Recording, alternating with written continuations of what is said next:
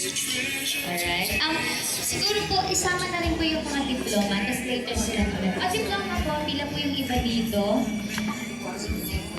Later, magkakaroon po kayo ng separate pictures with ako.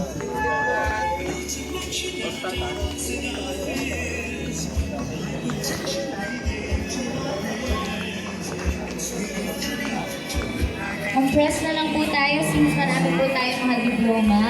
Students.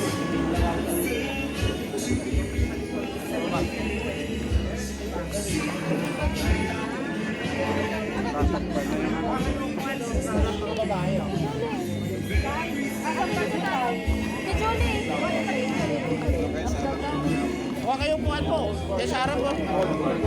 Wala upuan. Upuan.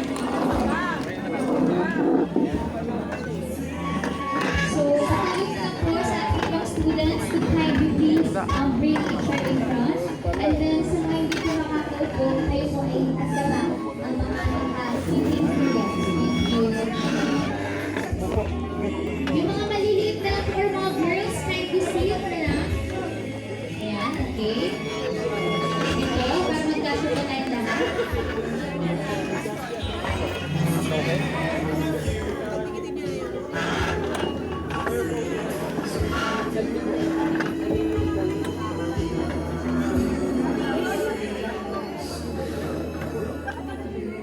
Okay, make sure po na makikita po kayo. So, kung kaya pong i-compress, ayan na.